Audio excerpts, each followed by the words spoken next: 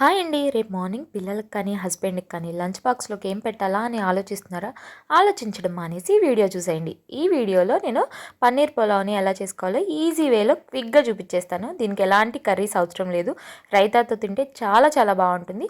పిల్లలైనా మీ హస్బెండ్ అయినా లంచ్ బాక్స్ని ఖాళీ చేసుకొస్తారు. అలాగే మీ హస్బెండ్ అయితే మిమ్మల్ని మెచ్చుకోకుండా ఉండరు. పిల్లలైతే డైలీ ఇదే కావాలని అడుగుతారు. లేట్ చేయకుండా తక్కువ ఇంగ్రీడియంట్స్తో తక్కువ మసాలాలతో ఎలా చేసుకోవాలో చూపించేస్తాను. క్విక్‌గా చూసేయండి. ముందుగా కుక్కర్ గిన్నె తీసుకొని అందులోకి 2-3 టేబుల్ స్పూన్ల దాకా ఆయిల్ వేసేసుకోవాలి. ఆయిల్ హీట్ అయిన తర్వాత ఇలా పన్నీర్ని క్యూబ్స్లా కట్ చేసుకొని వేసుకొని గోల్డెన్ కలర్ వచ్చేంత వరకు ఫ్రై చేసుకొని ఒక ప్లేట్లోకి పెట్టుకొని పక్క తీసుకోవాలి. ఇప్పుడు అదే ఆయిల్లో బిర్యానీ మసాలాలు వేసుకోవాలి. జాపత్రి, మరాఠీ మొగ్గ, బిర్యానీ ఆకు మీ దగ్గర ఏది ఉంటే అది వేసుకొని ఒక 1 టీ స్పూన్ దాకా జీలకర్ర, అలాగే ఒక కప్పు దాకా ఇలా సన్నగా స్లైసెస్ లాగా కట్ చేసుకున్న ఆనియన్స్ వేసుకొని కొంచెం ఫ్రై చేసుకోవాలి. ఇవి కొంచెం ఇలా ఫ్రై అయిన తర్వాత ఇందులోకి 2 పచ్చిమిర్చిని వేసుకోవాలి.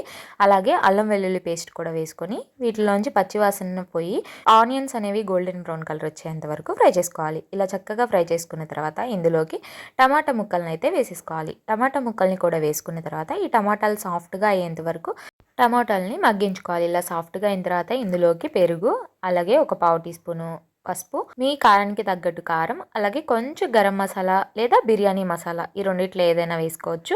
వేసేసుకున్న తర్వాత సిమ్లో పెట్టేసుకొని అంత బాగా కలిసే విధంగా కలిపేసుకోవాలి. పెరుగు అనేది హైలో పెట్టేస్తే తొలకలుగా వచ్చేస్తుంది. సో అందుకని సిమ్లో పెట్టేసుకొని ఇలా ఆయిల్ పైకి తేలేంత వరకు ఫ్రై చేసుకున్న తర్వాత ఇందులోకి పచ్చి బఠానీ అంటే గ్రీన్ పీస్ని అయితే వేసేసుకొని కొంచెం కలిపేసుకున్న తర్వాత ఇందులోకి నేను ఇక్కడ 2 కప్స్ అయితే బాస్మతి రైస్ తీసుకున్నాను. సో అందుకని 3 కప్స్ వరకు వాటర్ అయితే వేసుకుంటున్నాను అనమాట.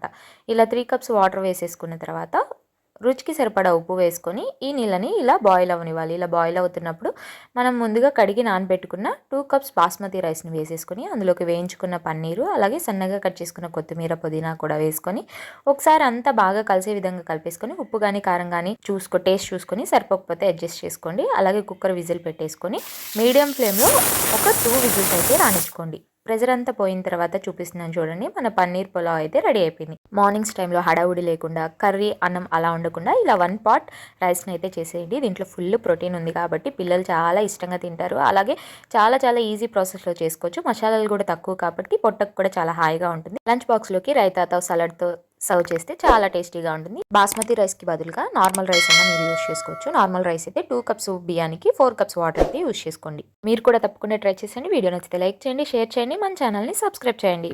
By all.